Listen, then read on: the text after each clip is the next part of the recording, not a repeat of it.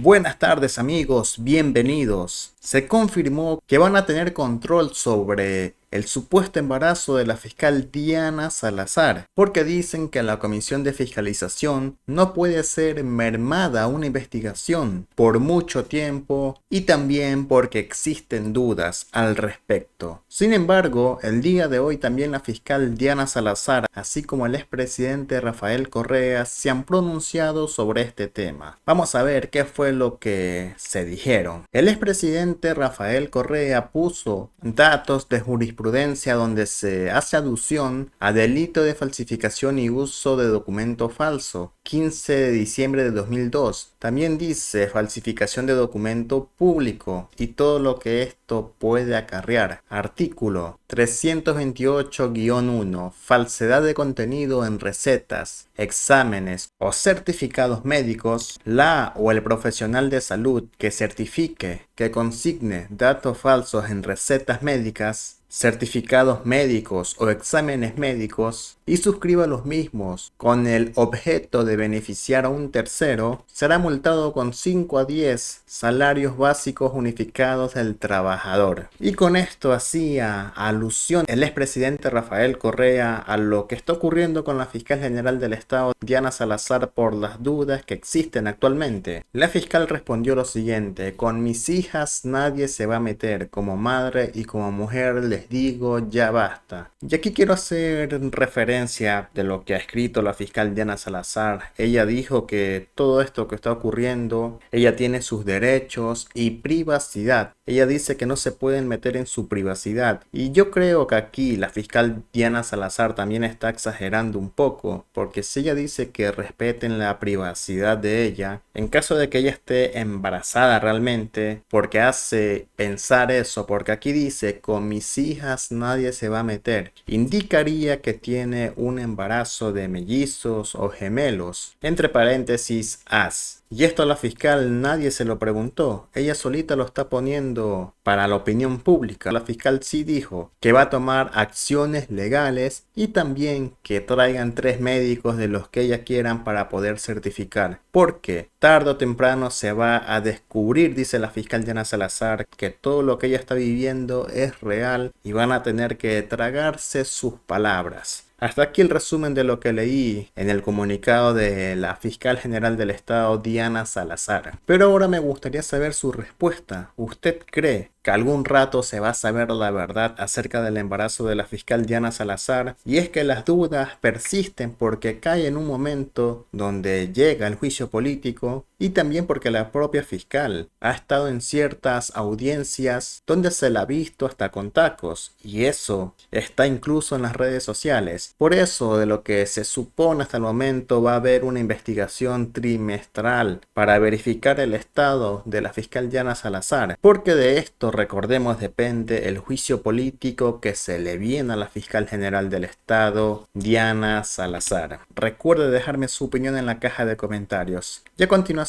la asambleísta Gisela Garzón, quien fue la que propuso el juicio político a la fiscal Diana Salazar, también da su análisis de lo que está ocurriendo actualmente en el país. Vamos a ver qué fue lo que dijo, pero le pido, amigo, que comparta el video y deje su me gusta. Veamos. 27. Gracias, asambleísta, por aceptar la entrevista. Chuta, ¿por dónde empezamos con tanto relajo? Empecemos por el veto total a la ley del IES por parte del presidente, y que causó una reacción furiosa por parte del presidente de la Asamblea Nacional. ¿Qué opina usted del veto total? Estamos en alguien dijo ayer, en una vetocracia. Hola, buenos días, gracias por la invitación, un saludo a ustedes, a la audiencia. Más que eso, me parece que estamos ante un gobernante inmaduro políticamente y con un equipo que alienta esas inmadureces en relación a una disputa política que tiene con el presidente de la Asamblea y que nada debería tener que ver con normativa que es beneficiosa para la gente. Me refiero a esto porque vino de la mano de un análisis bastante amplio donde, entre otros frentes de jubilados y demás, plantearon varios argumentos que se fueron sosteniendo a lo largo del debate y construyendo de mejor manera a lo largo del debate, porque no es que la ley se presenta hoy y sale mañana. Toma un periodo de tiempo importante, hubo comparecencias, comisiones generales, es decir, un tratamiento extenso que no debería ser utilizado, me refiero a la herramienta de la ley, para subsanar las diferencias políticas, personales o animadversiones del presidente de la República y del presidente de la Asamblea. Me parece que hacia allá no debería ser utilizado la capacidad de veto, porque además si nos vamos a otra ley Milton, como es el tema de la consulta popular, en ese proceso, en cambio, el gobierno fue el gran ausente.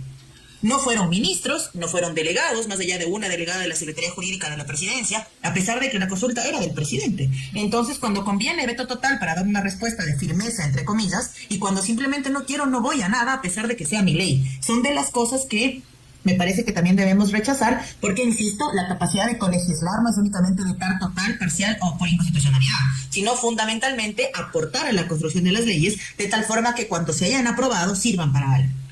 Ahora, parece que se ha entrado en una pugna que va a seguir como tal, por lo menos hasta las elecciones, y parecería que el tema es electoral. La pregunta que yo le hago a usted, aparte de que usted describió más o menos el proceder del presidente de la República, es: ¿ustedes están teniendo un presidente de la Asamblea o un nuevo candidato a la presidencia de la República? No. Las diferencias van a existir siempre. Yo particularmente no solo defenderé las diferencias políticas, sino ideológicas además. Porque al menos en mi particular criterio estamos en las antípodas ideológicas del Partido Social Cristiano y demás. Que ha habido temas en los que nos hemos podido poner de acuerdo, por supuesto. Porque, por ejemplo, la ley que aseguraba las asignaciones presupuestarias a los GATS le servía tanto a nuestros alcaldes de la Revolución Ciudadana y nuestros prefectos y prefectas de la Revolución Ciudadana como a los del Partido Social Cristiano o cualquier otro partido. Y entonces íbamos a encontrar un punto de consenso. Así como la exigencia, por ejemplo, en la firma de las garantías soberanas para los créditos de obra pública de los diferentes niveles de gobierno, lo propio. Independientemente del partido al que se deban, son necesidades que tiene cada uno de los territorios, más aún si tienen capacidad de endeudamiento. De allí que hay una disputa hacia ese lado ideológico, claro.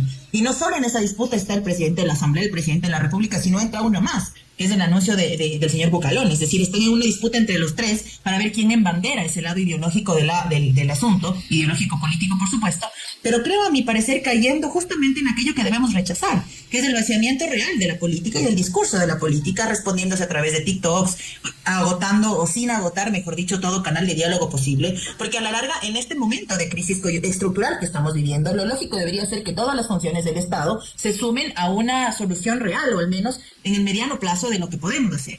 Pero ¿qué es lo que nos encontramos en este caso, Milton? Que, por ejemplo, para dejar, digamos, o suspender el proceso político, el enjuiciamiento político, el control político en contra de la señora fiscal, toditos, ahí sí se pusieron de acuerdo, procurador, presidente de la Asamblea, etcétera, etcétera, llevaron adelante y lo suspenden. ¿No será, no sé, digo, al menos motivo de una unión similar, ver lo de fondo cuando asesinan, cuando matan a una teniente de las Fuerzas Armadas o cadete de las Fuerzas Armadas dentro de la escuela?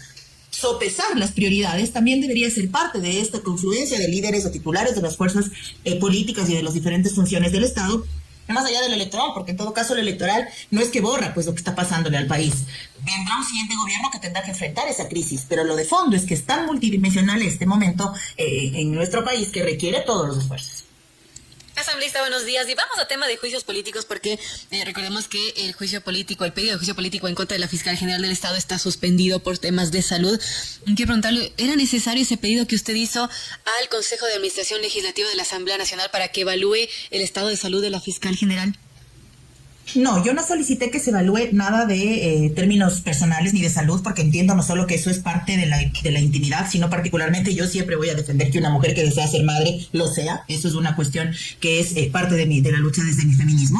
Lo que yo pedía es que se dé un seguimiento o que se vea la forma de dar un seguimiento al criterio del procurador para que esto no merme la capacidad de fiscalización de la Asamblea. Porque, a mi parecer particular y el de mi equipo de trabajo, el criterio del procurador no solo que quedaba amplio, sino que no establecía, por ejemplo, qué condiciones de riesgo o qué tiempo se puede establecer para una condición de riesgo. Al día de hoy se trata, en este caso particular, de la titular de la Fiscalía, pero más adelante, por ejemplo, tenemos el juicio en contra de Andrea Robo, la exministra de Energía. Y si en ese momento sucede algo similar, se va a mermar la capacidad de fiscalización de esa forma al tratarse de un juicio político, porque a la larga, cuando yo pido información a cualquier cartera de Estado, tiene 10 días para responderme. Si no me responde, lo debo notificar al presidente de la Asamblea. Él debe notificarle a una comisión, y si a la comisión tampoco se le responde, el cierre del círculo de la fiscalización es un juicio político. Entonces, a mi criterio particular, se veía mermada la capacidad de fiscalización. De allí que se cuestione, al menos particularmente yo, temas de índole personal, en lo absoluto. Simplemente me parece que no podemos, por una atención a la coyuntura o a la titular de la Fiscalía de este momento, tomando decisiones en caliente, mermar la capacidad de fiscalización. La Asamblea hace dos cosas, legisla y fiscaliza. Hay criterios diversos allí de índole jurídico, pero al menos a mí como proponente de un juicio político y con la experiencia de haber hecho otro previo, me parece que hay que precautelar este bien que es de las y los asambleístas. Hablando de juicios políticos, el gobierno les acusa a ustedes de buscar la forma de adelantar los juicios, tanto contra la canciller, contra la ministra Palencia. Y también está el juicio contra Wilman Terán, por ejemplo. También ustedes acusados de tratar de diluir ese proceso. Están a un paso de acusarnos que la radiación del día de hoy también es nuestra culpa o que la lluvia del día de mañana también es nuestra culpa. Es decir, han agarrado nuevamente esa muletilla para que todo sea culpa de la Revolución Ciudadana. Pero voy a ir paso por paso. Me parece, y en eso pertinente, un análisis que se abrió en estos últimos días respecto a cómo ordenar la prioridad de aquellos juicios políticos con base en ciertas cosas que traspasan incluso las fronteras de nuestro país. Y me parece que la decisión, por ejemplo, de tomar por asalto una embajada y todas las responsabilidades y los golpes económicos, políticos y demás, consulares y humanos que eso tiene, deberían haber estado sobre el análisis mucho antes. En el momento en el que decide el gobierno, su cancillería y demás, exponernos a un conflicto diplomático de esa escala, deberíamos haberlo podido activar inmediatamente. Y por supuesto deberíamos analizar cómo ajustamos la normativa a este tipo de particularidades, así como el tema de seguridad. A mí me pareció, por ejemplo, no solo tardío, sino hasta injusto que se lo procese políticamente al exministro del Interior Zapata después, muchísimo tiempo después de que la toma de decisiones fue pasándole factura a la gente. Quizás eso sí cabe en este momento en términos de debate. Ahora, en el caso de Sebastián Corral, por ejemplo, la bancada, o al menos particularmente nosotros, decidimos retirar la firma porque uno de los argumentos que tenía nuestra compañera proponente tenía que ver con el proceso jurídico y cómo se había tratado el proceso jurídico, sin inmiscuirnos en lo jurídico, pero entendiendo cómo había sido tratado el denunciado. Y quedó por fuera de ciertas acusaciones. Por lo tanto, uno de los argumentos o de las motivaciones que tenía el incumplimiento de funciones venía de la mano con eso, y no podíamos presentar un juicio sin una argumentación. Sin embargo, en el caso de Wilman Terán, por ejemplo, la cuestión es distinta. Acá se habla de responsabilidades políticas en temas de procesos de evaluación, de un juez particularmente, juez Macías o fiscal Macías y demás temas. Sin embargo, si coincidimos o si cuadramos las fechas, estas no tienen nada que ver. El proceso de evaluación, por ejemplo, se dio, de acuerdo al argumento del informe, fuera de la presidencia de Wilman Terán. ¿Significa que Wilman Terán no deba ser investigado? No, al contrario, tiene que seguir siendo investigado. Y de hecho, aquellos insumos que la presentaban en el juicio político también tienen que ser investigados. Posible metida de mano entre él, la fiscalía, entre otras instancias de la función judicial, cosas que se ponían a dedo, en fin, deben dar paso también a una investigación. Pero en este particular juicio político, entiendo que las 4 motivaciones de la causa de incumplimiento de funciones lamentablemente no han sido defendidos o sostenidos adecuadamente por el proponente, que es de Construir. Son las 8:57, estaba hablando con Gisela Garzón, asambleísta de la RC. Asambleísta, su criterio, ¿qué debería pasar con los juicios políticos que se emprenden en contra de la ministra Palencia y la ministra Sommerfeld? Avanzar como correspondan, aún quedan temas en carpeta pendientes, pero al menos avanzar porque, y esto se los cuento porque es un proceso de fiscalización que he llevado adelante desde mi despacho. Una vez que se decide el asalto a la Embajada de México y una vez que en efecto esto escala a Corte Internacional de Justicia, yo pregunto a la Cancillería cuánto es que nos está costando como país la defensa de esta decisión, no solo tomada de los cabellos, sino que vulnera todo procedimiento, toda normativa internacional incluso. Y la respuesta que me dan es que la Procuraduría tiene esos datos. Consulta a la Procuraduría y en efecto me responden. Y estamos hablando de una cantidad importante de recursos. Es decir, esta decisión política de vulnerar todo procedimiento legal, incluso en normas y en convenciones internacionales, le significan recursos a un país que, de boca del mismo gobierno, no tiene plata. Está ajustado económicamente y tiene que acudir a multilaterales como el Fondo Monetario. Entonces, claro que hay que investigar las responsabilidades políticas. Al menos ese es el espíritu de este proceso. Y entiendo que el de la ministra Palencia viene en materia de seguridad también.